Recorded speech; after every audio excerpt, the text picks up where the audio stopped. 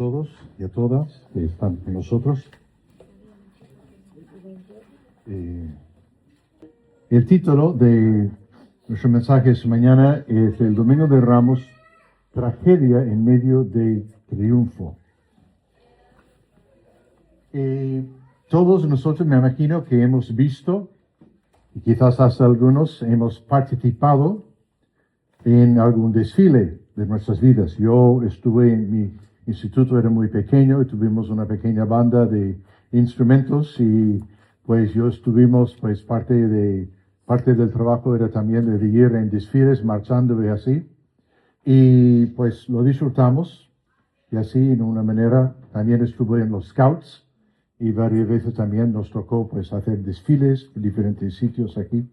Quiero que pensemos que ¿cuál ha sido quizás el desfile que más te destaca en tu vida?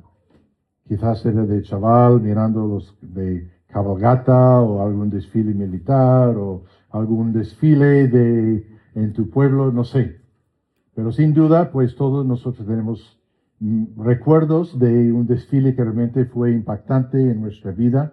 Para mí el caso, yo creo que mi pueblo en aquel entonces era un pueblo enorme de 500 personas. Y vino Papá Noel cada año. Y yo me acuerdo que tenía como 5 años y vino papel pues encima de un camión de los bomberos y tal. El desfile era pues creo que solamente él, pues no había nada más. Pero dio unas vueltas por el centro y todos nos quedamos muy, muy emocionados de ver eso, el gran desfile, ¿no? De tiempo de ser infante, ¿no? De niño. Pero cuando leemos acerca de diferentes historias de desfiles, pues también pues sabemos que hay muchos que realmente fueron impactantes, ¿no? Se dice que pues los romanos, después de haber conquistado pues un enemigo, hicieron un gran desfile con todo tipo de estrépito, de sonido de los soldados, y así nos podemos imaginar de esos desfiles de victoria, ¿no? Aníbal, que creo que dicen que llegó hasta aquí a España con sus elefantes, también tenía la costumbre de grandes desfiles de victoria, de celebrar su triunfo, ¿no? También, pues, como el 12 de octubre, pues un gran desfile militar aquí en Madrid, que siempre algunos, me imagino que lo habéis hecho alguna vez en una ocasión. Dicen que el desfile militar más largo en la historia sucedió en Moscú, justo después de la derrota de Alemania en la Segunda Guerra Mundial. Hubo más de 40.000 soldados marchando, 1.850 militares, vehículos militares, y el desfile duró más de 2 horas. Un gran desfile, ¿no? Así. Pues hoy, a pesar de que hay muchos desfiles y tal, vamos a celebrar hoy lo que no era el más largo, ni el más quizás ilustre y tal, ni el más duró más tiempo, pero sin embargo, pues ha sido el desfile más importante en la historia del mundo. Vamos a leerlo aquí en Mateo capítulo 21, del 1, empezamos. Se acercaron a Jerusalén. Cuando se acercaron a Jerusalén, vieron a Betfagé, al monte de los olivos. Jesús envió 2 discípulos diciéndoles: id a la aldea que está enfrente de vosotros, y luego hallaréis una asna atada y un pollino con ella. Desatadla y traédmelos. Y si alguien os dijere algo, decid: el Señor los necesita, y luego los enviará. Siempre yo había pensado, pues, ¿cómo comer eso, no? De que si yo, pues, tuviera mi bici así, y alguien dice: mira, ¿qué haces tú? Eso es mi bici, o eso es mi coche, así. Pero los dueños, bueno, Dios está obrando, los dueños no dicen nada, lo llevaron, y decían: bueno, pues vale, pues usadlo así. Siempre interesante. Pero todo eso aconteció para que se cumpliese lo dicho por el profeta cuando dijo: decid a la hija de Sión: he aquí tu rey viene a ti, manso y sentado sobre una asna, sobre un pollino, hijo de animal de carga. Sabemos que dicen que hasta 300 diferentes profecías de Jesucristo en el Antiguo Testamento que se cumplieron en el Nuevo Testamento. Y esto, pues claro, es uno de ellos. Y los discípulos fueron y hicieron como Jesús les mandó, y trajeron el asna y el pollino, y pusieron sobre ellos sus mantos. Y él se sentó encima, y la multitud, que era muy numerosa, tendía sus mantos en el camino, y otros cortaban ramas de los árboles, y las tendían en el camino. Y la gente que iba delante y detrás clamaba, diciendo, Hosana al Hijo de David. Bendito el que viene en el nombre del Señor. Hosana en las alturas. Cuando entró en Jerusalén, toda la ciudad se conmovió, diciendo, ¿quién es este? Y la gente decía, este es Jesús el profeta de Nazaret de Galilea. Bueno, interesante de que no nos sorprende de que la mención de la entrada triunfal de Jesús se menciona en cada uno de los 4 evangelios. Solamente hay 10 eventos en la vida de Jesús que se repiten en 4 en cada evangelio, pero eso es uno de ellos. No vemos ese escenario, Jesús entrando. Mucha gente, dicen que en aquel entonces que pues había quizás como 50,000 personas viviendo en la población de Jerusalén, pero que entonces, diciendo la Pascua, podía llegar hasta el doble, como 100,000 personas. Y dice que toda la ciudad estaba pues conmovida, o en asistencia o dentro de la ciudad, todos están hablando, mira qué es lo que pasa, de que viene, será este que ha dicho que por siglos viene el Mesías por fin y tal, y había pues mucha emoción, mucha conmoción por toda la ciudad, dice él. Montado en un burro, era un símbolo de paz, cumpliendo esa profecía.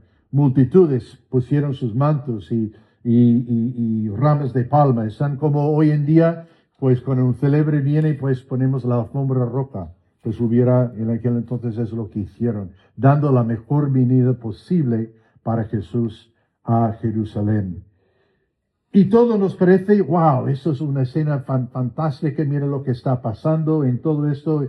Y es como cuando vemos, pues, una historia, una película o algo que parece que va demasiado bien, algo tiene que suceder, las cosas van demasiado bien, algo tiene que ir mal, ¿no? Pues así es con esta historia. Y vamos a ver que hay 3 tragedias o penas que a pesar de todo lo que está pasando, a pesar de todas las personas que estaban ahí, pues que hay como 3 penas, 3 tragedias que sucedieron en ese día. Que en primer lugar, pues había gente que no quería alabar a Jesús. Qué pena, qué triste. Dice en Lucas 19:39, entonces algunos de los fariseos, delante de la multitud, dijeron, Maestro, reprende a tus discípulos. Claro, ¿quiénes fueron esas personas? Los líderes religiosos, los fariseos, quizás saduceos y así, pero eran los que estaban, pues, dijeron, bueno, basta ya. No, dijeron, mire, esto es demasiado. Qué triste, qué tragedia, qué pena, ¿no? Que hasta a pesar de todo esto, dice que toda la multitud de los discípulos estaba en él. Mateo nos dice que a los muchachos, a los que estaban aclamando en el templo, diciendo Hosana al Hijo de Dios, toda la gente pues estaba ahí, pues miles de personas, y enseguida pues vienen unos cuantos que dicen, mira, ya está, reprende esos que están haciendo, está pasando, no, eso no queremos. Líderes religiosos. Y no solamente que ellos estaban reprendiendo a Jesús, a los discípulos, sino que también impedir, pues que a los muchachos, a los niños, que también le alabaran a Jesús también. Esto es muy triste, es una pena, es trágico. Los que tenían que estar, pues, en primera fila para buscando la venida del Mesías, los que tenían que ser los que estaban más ansiosos para encontrarle, eran los que le rechazaron. Qué pena. Precisamente fueron estos, los fariseos, los líderes, que cuando unos 33 años antes, cuando vienen los magos pidiendo direcciones para ir a encontrar a Jesús, fueron ellos que le dijeron a Herodes, luego que les contó a él, a los magos, a dónde que encontrarían en Belén. Lo sabían, Pero no vemos en el Evangelio ninguno de ellos también acompañando a los magos a buscar a Jesús. Qué pena, qué triste. Los que tenían que estar ahí, los que sabían las Escrituras, pues no eran presentes en así. Y otra vez, pues eran su problema. Podemos parar y pensar, pues, ¿cómo que puede ser eso? ¿Cómo que puede ser eso de haberle visto, de saber las Escrituras, de haberle visto a Jesús los 3 años de su ministerio, cara a cara, Dios encarnado, escuchando sus enseñanzas, viendo sus milagros? Gracias a Dios, luego sabemos que algunos de ellos sí se entregaron, como Nicodemo y otros, José de Arimatea, otros sí se entregaron, pero la mayoría de ellos le rechazaron. Y preguntamos por qué. Bueno, la respuesta es sencilla, el pecado. Los muchos pecados, y quizás entre ellos el pecado de envidia, porque porque ellos dijeron, todo el mundo está detrás de él. Nos podemos sentir su angustia, ¿no? Su envidia, su malestar, así de que, porque ellos antes, pues eran los que les gustaba estar ahí presentes, ¿no? Delante de todos con sus grandes disfraces, con su ropa y todo eso, mirando cómo oraban, oraciones muy largas, así como recibían la alabanza de la gente. Wow, quisiera ser un fariseo y tal, y así. Y enseguida todo el mundo se había ido con Jesús. Y claro, les provocó, pues, envidia. Vemos que los fariseos, pues, estaban, pues, no en buena compañía, sino en mala compañía. No hay que leer mucho en las Escrituras que no eran los únicos, ni siguen siendo los únicos, que le rechazaron a Dios. Faraón, cuando Moisés exigió que dejara a los israelitas y adorar a Dios, dijeron, no conozco al Señor, ni dejaré de ir a Israel, ni dejaré de ir que se vayan, que se marchen. Faraón, un clásico ejemplo, ¿no? Y que dice que luego al principio en esos relatos que cada vez que Moisés fue a pedir la liberación de su pueblo, de que dice, y Faraón se endureció su corazón. Pero al final, si nos fijamos en el relato, que dice que luego, al final, Dios endureció el corazón. Eso ya, hasta hay un tiempo que cuando el Señor es paciente, que quiere que todos vengan al arrepentimiento, pero creo que hasta la paciencia de Dios tiene límites, que dice que, mira, no, él sabía que no, entonces Dios endureció su corazón. Faraón. Los israelitas, el becerro de oro, claro, otro ejemplo habían escogido, pues, abandonar a Dios. ¿Dónde está este Moisés que nos está liberado, así y tal? Y luego eligieron adorar un becerro de oro. Pensamos, ¿cómo es que podían hacerlo? Pues, ojo, quizás, a ver lo que haríamos nosotros si hubiéramos estado con ellos. Ojalá habríamos escogido bien, pero hasta Aarón, pues fue llevado con ellos y persuadido, pues, a cometer idolatría. El pueblo de Nazaret, cuando Jesús predicó en su ciudad natal, el pueblo lo rechazó intentando arrojarlo por un acantilado. Otro ejemplo de personas que tuvieron la opción de recibir o de rechazar y rechazaron. Y el mismo Jerusalén, que Jesús, justo en ese tiempo de la última semana, gritó y lloró, Jerusalén, Jerusalén, que mata a los profetas y apedreas a los que te son enviados. ¿Cuántas veces quise contar a tus hijos como la gallina a los polluelos debajo de sus alas y no quisiste? Bueno, pensamos que ¿cómo es que esa gente podía hacerlo? Pues tengamos cuidado porque nosotros quizás podemos caernos en el mismo error. No hay que repetir esta pena, esta tragedia de los fariseos, pero ojo, porque puede que algunos quizás esta mañana no te sientas ganas de adorar a Dios, no te sientes la necesidad o quizás ni siquiera tienes el deseo o que no puedes o que algunos que no quieren adorar a Dios. Hoy en día pues hay muchísimos, la gente que no quiere saber nada de Dios. En cualquier país del mundo, lo que sea, pues hay siempre los que le siguen y otros que no. Y tengamos cuidado para que no caigamos. Tengamos cuidado porque nuestro corazón es engañoso y ¿quién lo conocerá? Dice el profeta Jeremías. En alguna parte de, creo que es Inglaterra, pues hay un templo muy famoso, un abdía de así. Y cuando entran, pues se le pregunta a la gente, hay un señal que dice adorador o turista. Y tienes que escoger a cuál donde vas, ¿no? O sea, para los que han venido realmente para adorar, pues entran por aquí. Pues han venido pues como turista, pues entonces pues tiene que pagar algo y entrar por otro lado. Como en muchos, ¿no? Lugares así. Pues quizás esta mañana, pues delante de nosotros hay una especie de señal así. Adorador o turista. Adorador o turista. ¿En cuál categoría caemos nosotros? La inmensa mayoría de la gente en aquella mañana, pues fueron adoradores. Estaban regocijando, estaban pues celebrando de verdad la venida de Jesús, el que había pensado que había llegado, el Mesías profetizado pero unos cuantos dijeron no. Y no solamente dijeron que no, que querían reprender a los demás. Querían pues a deshacer totalmente la celebración. Pues ¿en cuál categoría estamos nosotros? Un tiempo quizás esta mañana para analizar. La segunda tragedia, la segunda pena, es que había que limpiar el templo.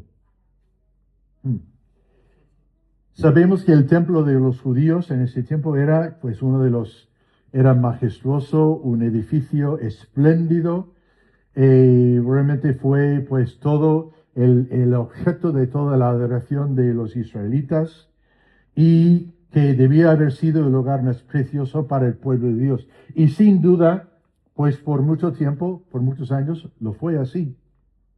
Fue algo, pues realmente ya, si hubiéramos visto, bueno, es una imagen hizo el chat GPT, no sé si, a ver, pero muy bonito, espléndido. Pero ¿qué había pasado? Sin embargo, algo había pasado para que llegara esta escena aquí. Jesús entrando. Había que limpiar el templo. Y eso es una pena, una tristeza.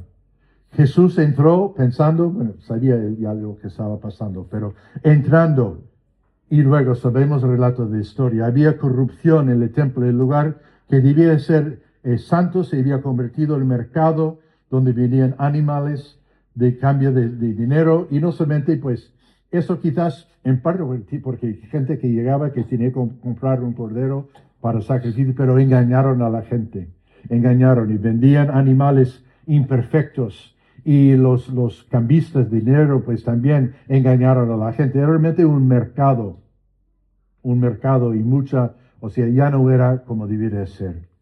Había una gran falta de reverencia de Dios, la casa de Dios en Jerusalén ya no se trataba con respeto ni de sanidad, de santidad. Explotación de las personas, así. Entonces vemos que, bueno, Jesús entró hasta el nivel que tuvo que hacer el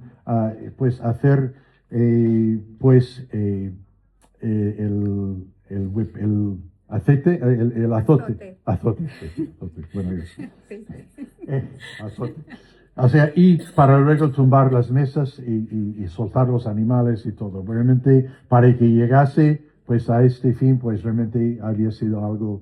Y es triste pensarlo, que el lugar supuestamente más santo donde la gente venía para encontrar a Dios tenía que ser limpiado, tiene que ser restaurado, pero Jesús lo sabía bien que tiene que ser así. Ahora, me pregunto, de esto no se cambió de un día al otro. No dejó de ser el lugar más santo, más glorificado, o sea, y luego un día siguiente, pues a este escenario aquí. No, me imagino que era una erosión gradual.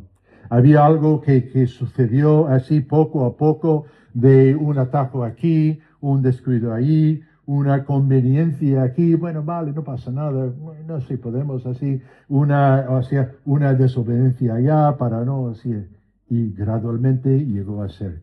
Que así es con la erosión, que no se fija, pero enseguida, pues quizás eso duró, pues, años o décadas así, pero llegó a ser, pues, al lugar más bajo de que se puede imaginar. Tengamos cuidado porque lo mismo puede pasar en nuestras iglesias, lo mismo puede pasar. Conozco muy bien de mi país, de iglesias, que en un tiempo eran muy bíblicas, se predicaron el evangelio fielmente de palabra, como tal y cual como de la Biblia, que así pues en fe y práctica, pero hoy en día muchas totalmente denominaciones enteras pues predican media verdades, predican herejías como el universalismo, que todos se van a salvar, predican que, bueno, no, Dios acepta todo tipo de personas, no importa tu orientación, esto, aquello y tal, Dios acepta a todos, todo vale, al fin y al cabo, pues Dios es amor y tal, y hasta creen que el mismo diablo se va a salvar algún día. No, eso es verdad.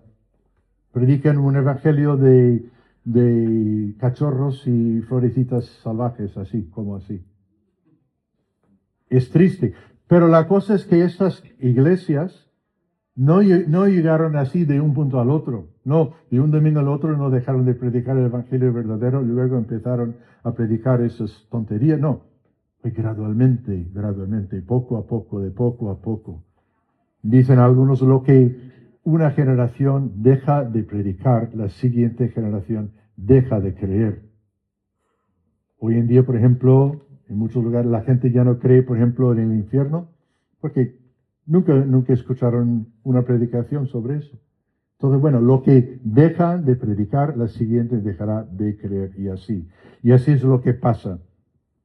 Tenemos que tener mucho cuidado con nuestra iglesia para mantenernos fielmente a la palabra de Dios y no cambiarnos pues en un show, en un espectáculo de lo que algunos han llegado a ser. El problema, vemos eso, donde el origen, vemos por ejemplo en las cartas de las iglesias de Apocalipsis 2 y 3, el problema de Éfeso se había mantenido fielmente a la letra, a la doctrina, pero ¿qué dijo Jesús? Habéis perdido vuestro primer amor. Y seguramente que si no se cambiaran, pues luego no tarda mucho tiempo hasta que las acciones siguen la creencia. Si dejan su primer amor, tarde o temprano van a dejar pues sus acciones, su obediencia también pues faltará. Así, entonces tengamos cuidado. Quizás nosotros, si no tuviéramos cuidado, puede que en las mismas mesas que Jesús tumbó, nosotros estaríamos pues muy agrados y muy alegres de estar ahí sentados haciendo negocio con los cambistas. Hay que tener mucho cuidado. Hay alguien que dijo que si Pablo estuviera aquí, nos escribiría una carta. If Paul were here, we'd be getting a letter. Pues muchas de las cartas pues era pues también de cumplido, pero también Pablo escribía cartas para meter caña, para corregir un error. Y la pregunta para nosotros es que si Pablo nos escribiera una carta a nuestra iglesia, ¿qué nos diría? ¿Qué sería el contenido? Ojalá que sería pues lleno de cumplidos, lleno de cosas, afirmando cosas que estamos haciendo bien, pero quizás también tendría que decir, ojo esto va bien, pero mira, tened cuidado. Buena pregunta. Y una segunda aplicación, eso también, acerca del templo, de la necesidad que nuestro templo hoy en día es la iglesia, pero también nuestro templo, en segunda parte, son nuestros cuerpos.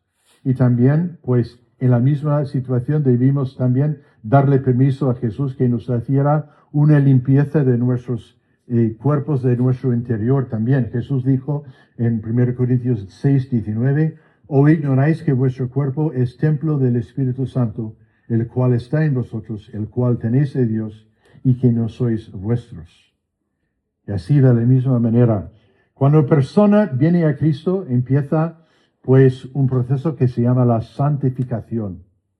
Y la santificación, mucho cambia, dijo Pablo, si alguno en Cristo Jesús es nueva criatura, todo lo antes ha pasado, todo es obra nueva.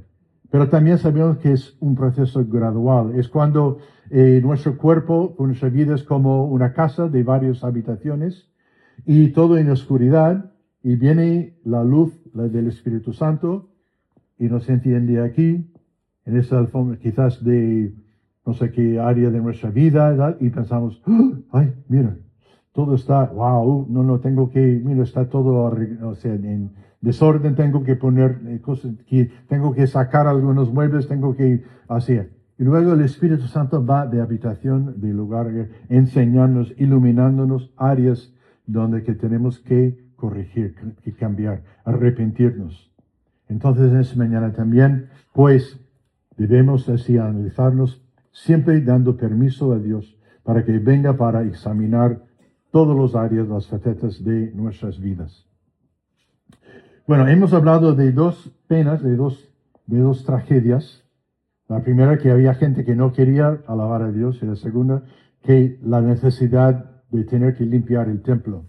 La tercera es de no reconocer el tiempo de Dios. La tercera pena en esta mañana es que el pueblo, algunos sí, pero quizás la mayoría, no reconocieron el tiempo de Dios. Nos dice esto en Lucas 19.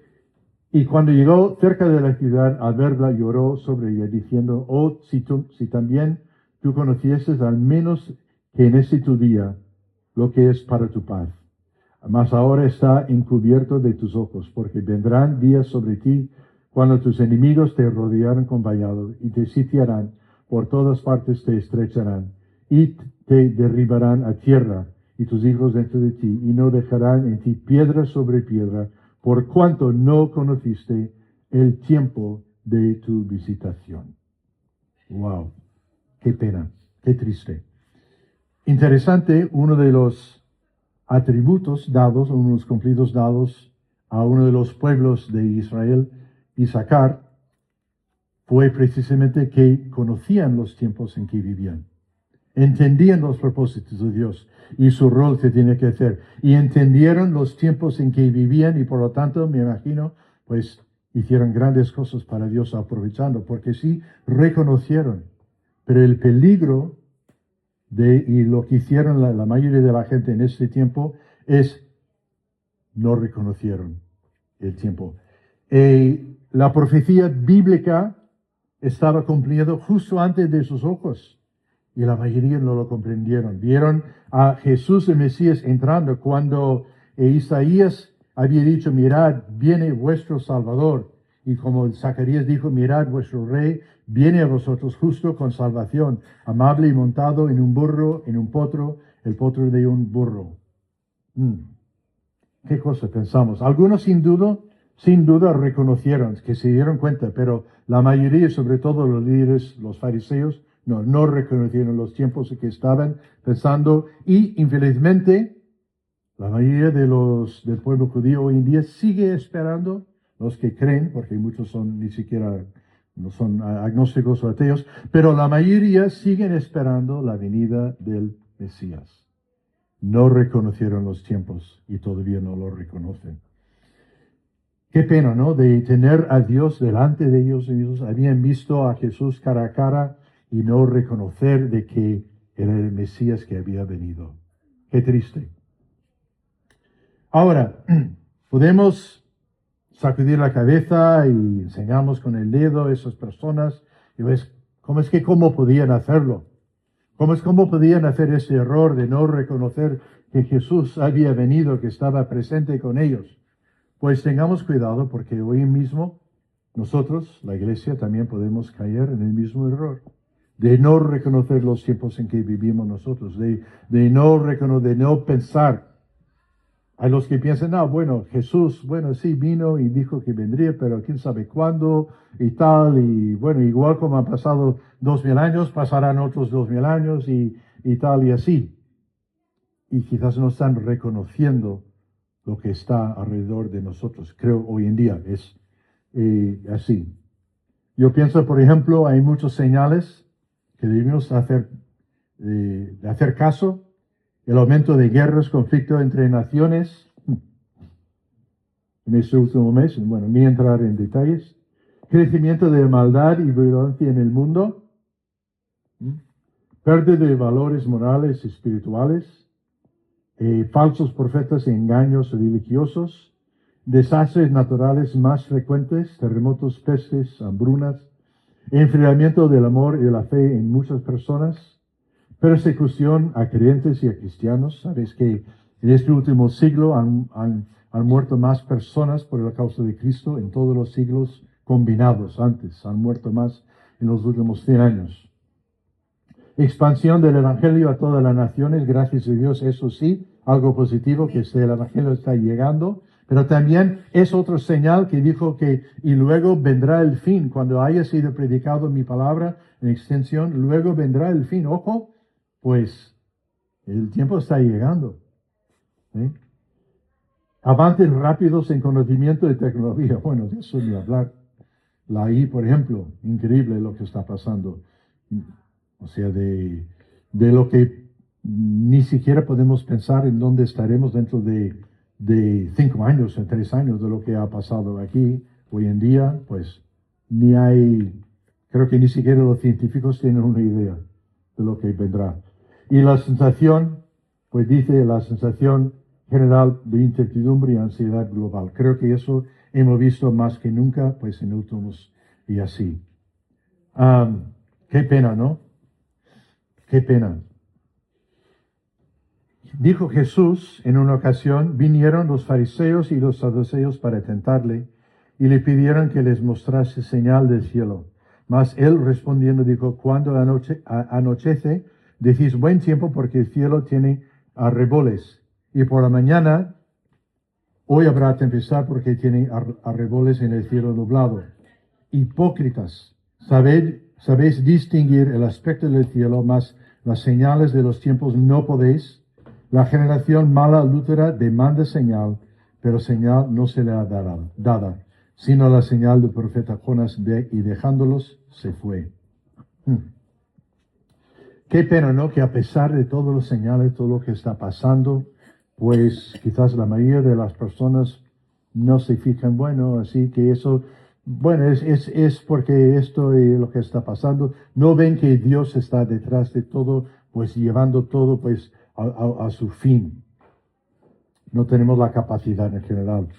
Dicen que en el 2000, en la costa de Sri Lanka, sabéis que hubo un tsunami muy horrible y así, que murieron más de 40,000 personas, miles de hogares arrasados.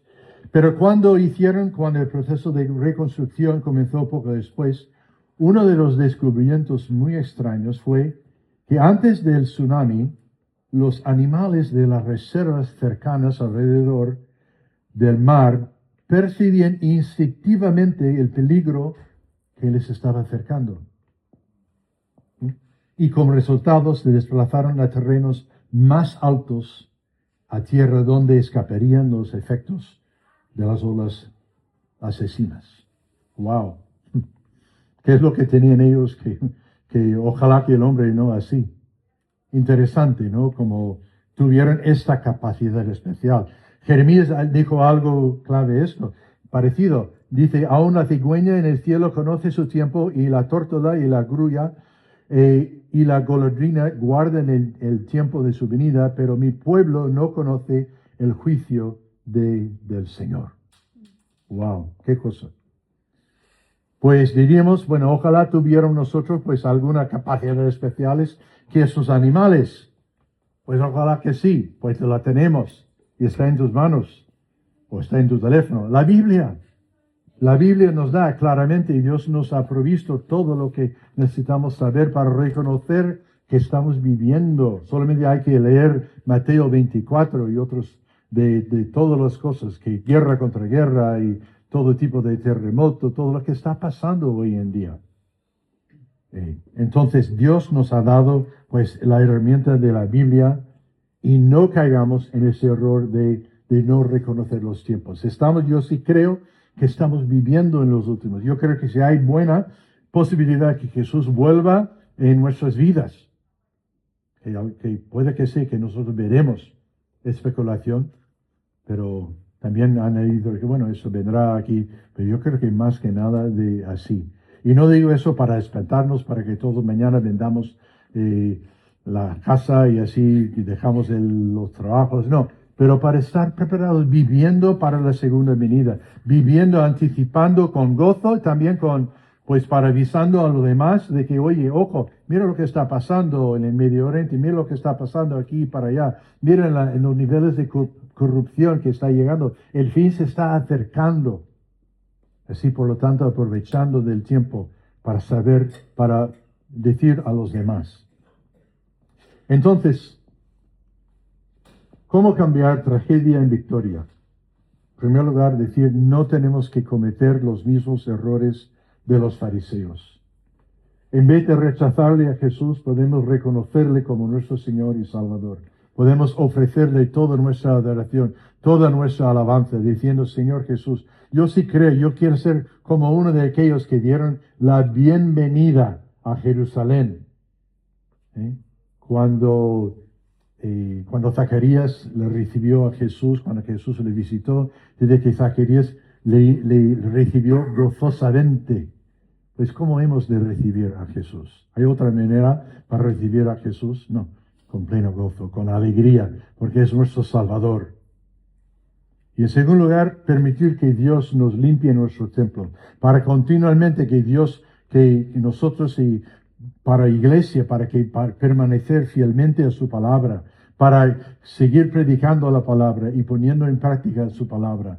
Y así continuamente, para como iglesia y también para nosotros mismos, cada persona, permitiendo que Él, invitándole, Señor, enséñame los diferentes áreas de mi vida donde tengo que mejorar para glorificar. Ayúdame, Señor. Dame tu fuerza, lléname con tu espíritu. Y en tercer lugar, pues de reconocer los tiempos que estamos viviendo y estando preparados para la segunda venida, porque puede ser muy pronto. Cuando leyendo, algunos dicen, no digo eso para asustarnos, algunos dicen que estamos ya en la Tercera Guerra Mundial, bueno, la opinión de algunos, pero tengamos cuidado porque el tiempo sí se viene. Reconozcamos los tiempos en que vivimos. Vamos a orar para terminar. Señor, gracias porque podemos pensar hacia atrás en ese gran desfile y de recibir y el gozo que estaba presente entre la gente recibiéndote. Y sin duda muchos sí sabían lo que estaban experimentando. Sabían que el Mesías verdadero, que habían esperado siglos, había llegado por fin y que vendría para cambiar las cosas, para hacer lo posible para restablecer la relación contigo, con Dios.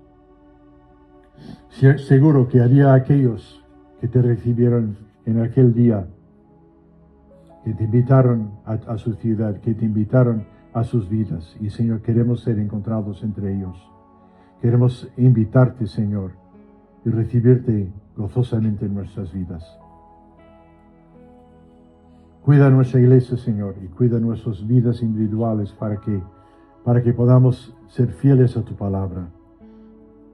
Si recibiéramos alguna carta de ti o de Pablo o de alguien, querríamos, Señor, que estuviera lleno de cumplidos, lleno de afirmando cosas ciertas que estamos haciendo. Pero ayúdanos, Señor, a siempre estar abiertos a lo que quieres que hagamos. No queremos caer como Éfeso, perdiendo nuestro primer amor. No queremos hacer el peligro de ser víctima de una erosión gradual de nuestras convicciones. Y Señor, queremos ser fiel reconociendo los tiempos en que vivimos. Y juntos, Señor, te clamamos hoy, Maranata. Ven, Señor Jesús. Ven pronto, Señor. En el nombre de Jesús oramos. Amén.